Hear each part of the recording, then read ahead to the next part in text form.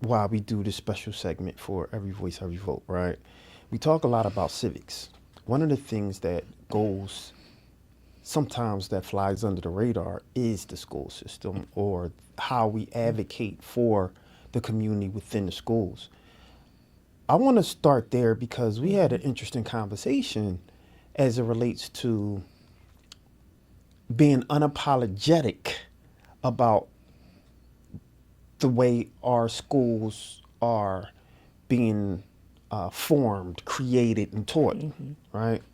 For lack of a better term. I want you to, go a little bit further in that context and start to peel back the layers on what we should be doing as a community to protect and serve our schools.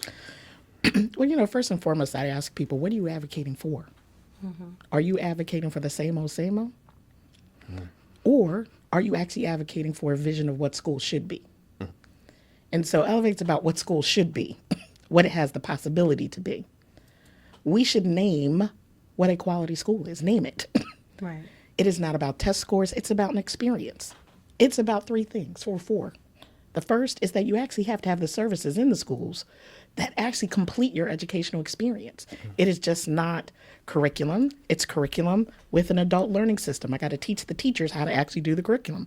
With modern assessment systems, it should have after school programs, hard stop, before and after school programs, hard stop, not episodic because the budget allows you.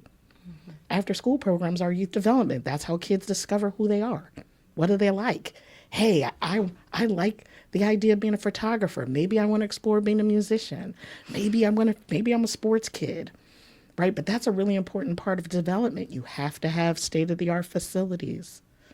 We now live in a society where everything's technological, but yet our poor black and brown kids, we want to give them an iPad and think that they did something. That's not how school should be. And more importantly, schools should have the type of counseling systems. And notice I did not say guidance. Guidance is about academic progress. Then you need college and career counseling. Then you need social and emotional counseling. That's right. Right? We live in a society where most of adults and children have anxiety issues. So we've just got to build that as the normal. We're going to make sure you have that, as opposed to saying, well, maybe you'll get it if we can afford it, but that's what you need. And so what would happen if we named every single school had to have every single element I just named? Green space. I don't know about you, but I know when I had my godchildren, there were two boys, when they were little boys, you got to put them jokers out to run. Yes. Like kids have to play, right? They need to express themselves. It's part of growing up. So that needs to be built. Arts needs to be built in schools. It's not, maybe if they can afford it, maybe they can't. So that's the first part of the equation. The second part is you actually have to have a trained workforce. Little known fact that that a large number of our teachers that are in the lowest performing schools are on emergency certifications. Oh, wow. They're wonderful people who have chosen to step up. And now we have to complete their education. But literally, that's an issue. We've got to get them trained. So you need a trained workforce.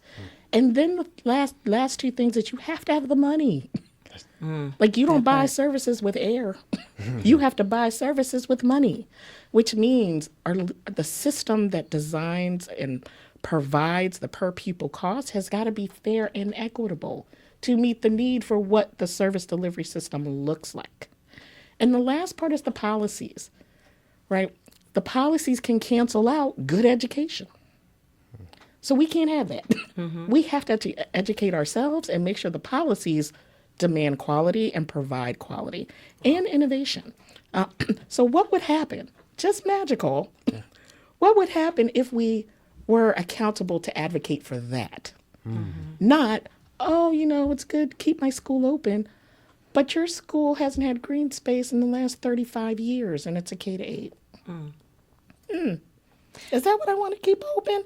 Or do I want to keep open a school with green space, with a state-of-the-art gym, with the after-school space, with sensory spaces for diverse learners? Like, I want it all.